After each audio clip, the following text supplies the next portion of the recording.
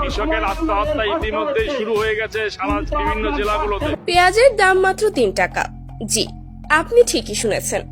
গত কয়েক সপ্তাহ ভারত বাংলাদেশে পেঁয়াজ রপ্তানি বন্ধ করেছে, যার ফলে আমাদের দেশের বাজারে পেঁয়াজের সংকট দেখা দেয়। কিন্তু অবাক করার বিষয় হলো, যে ভারত আমাদের শায়েস্তা করতে চেয়েছিল, এখন বাংলাদেশ ভারতের পেঁয়াজ না নেওয়ায় বিপদে এখন নিজেরাই।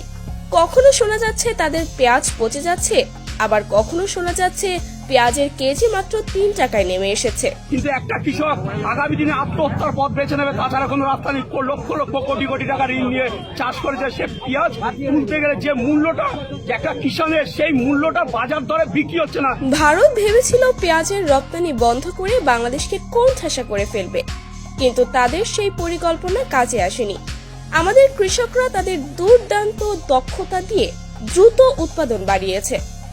অন্যদিকে আমরা বিভিন্ন দেশ থেকে পেঁয়াজ আমদানি করে পরিস্থিতি সামলে নিয়েছি, ফলে আমাদের বাজারে পেঁয়াজের ঘাটতি তো দেখা দেয়নি, বরং সংকট কাটিয়ে উঠে এখন আমরা স্বাবলম্বী। পেঁয়াজের পেঁয়াজ লাগবে না, দরকার হলে অন্তর্বর্তী সরকারের কাছে অনুরোধ যে আমার কৃষকের টাকা পায়, কোনো বাইরে থেকে পেঁয়াজ আনার দরকার নাই। ভারতের কৃষকেরা এখন নিজেদের পেঁয়াজ বিক্রি করতে পারছে না, কারণ দাম এতটাই কমে গিয়েছে যে চাষ করে তারা আর লাভ পাচ্ছে না।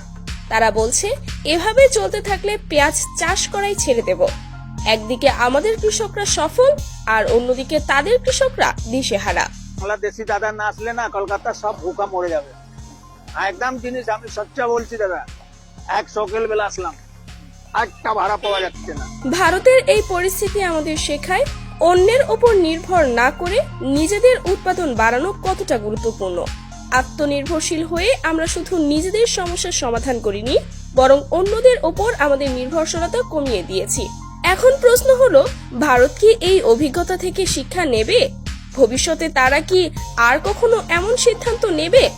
3 দিনের মধ্যে বন্ধ করুক এই আলু পেঁয়াজ, যেন ভারতের 3 দিনে বন্ধ করুক। ওনারা আমাদের ঘৃণা করলো কেন? এখন আমরাই ওনাদের ঘৃণা করি, ওনাদের কোনো কিছু লাগবে না আমাদের। বন্ধুরা, এই বিষয়ে আপনার মতামত জানাতে কমেন্ট করুন, আর ভিডিওটি ভালো লেগে থাকলে লাইক, শেয়ার এবং সাবস্ক্রাইব করতে ভুলবেন না। ধন্যবাদ।